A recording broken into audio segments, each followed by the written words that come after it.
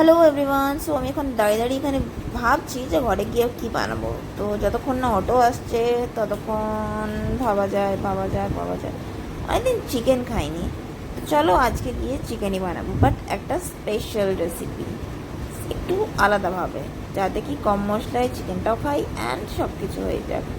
So এখন বাড়ি পৌঁছে গেছিলাম, তো চিকেনটাকে ভালো করে দিয়ে ওর মধ্যে নুন, হলুদ, একটু লঙ্কা, জিরা, ধনে সব কিছু দিয়ে অ্যান্ড ওপর থেকে একটুখানি দই দিয়ে দিলাম, সো দ্যাট কি ওটা ভালো করে ম্যারিনেট হয়ে যাক। এমনি করে আপনি চিকেন বানাবেন, দেখবেন মশলাও কম লাগে আর আপনার বেশি তেলও লাগে না এটাকে বানাতে। তো আমি ফটাফট করে এগুলোকে দিয়ে মেখে নিচ্ছিলাম, সো দ্যাট কি ওটাকে ভালো করে ম্যারিনেট করে নিই অ্যান্ড ভালো করে মশলাটা যেন মাখিয়ে নিক। আপনারা চাইলে একটু একটু করে হালকা হালকা কেটেও দিতে পারেন, বাট এটা দরকার পড়ে না, আমার তো 4-5টা পিস থাকে, ওই জন্য বেশি করি না। তো এখন রেখে দিলাম হাফ অ্যান আওয়ারের জন্য ম্যারিনেট করতে। এদিকে মশলার জন্য আদা, লঙ্কা আর একটু পেঁয়াজ দিয়ে দিয়েছিলাম, এবার এটাকে মশলা বানিয়ে নেবো। আর আলু চিকেনে দেবো না, এটা তো পসিবলই না।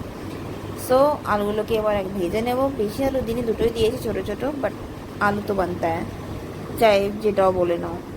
তো চলো আলুগুলোকে ভেজে নিয়ে ওইদিকে আমি মশলাটাকে পিষে নিয়েছিলাম।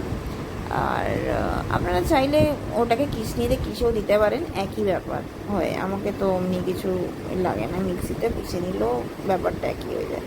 তো এখানে আমার আলুগুলো ভাজা হয়ে গেছিলো। এবার ওই তেলটার মধ্যেই একটুই ছিল তেলটা, ওটার মধ্যেই আমি পেঁয়াজটা দিয়ে দিলাম আর ওটাকে 2 মিনিটের জন্য একটু জাস্ট হালকা ব্রাউন হওয়ার জন্য দিয়ে দেবো। অ্যান্ড এটাকে ফটাফট মিলিয়ে নিয়ে এর মধ্যে একটু নুন, একটু হলুদ দেবো অ্যান্ড তারপর ওই যে মশলাটা বানিয়েছিলাম ওইটা দিয়ে দেবো। দিয়ে নিয়ে কিছুক্ষণ রাখার পরেই দেখুন কালারটা কত সুন্দর, দারুণ এসছে। তো এবার এটাকে একটু 2-3 মিনিটের জন্য একটু ভাজা ভাজা করে নেবো, সো দ্যাট কি একটু ভালো করে ওটা সব মেখে যাক।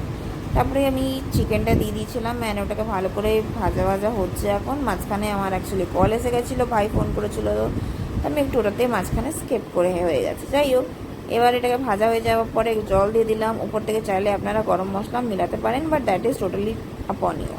তো আমার খাবার রেডি।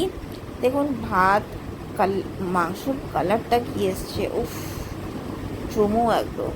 আর লেবু, এর থেকে বেশি আর গরমের দিনে কি আর খাওয়ার চাই। তো চলুন এটাকে আমি ট্রাই করি অ্যান্ড আপনারাও নিশ্চয়ই ট্রাই করবেন, আমাকে জানাবেন আপনাদের খেয়ে কেমন লাগলো।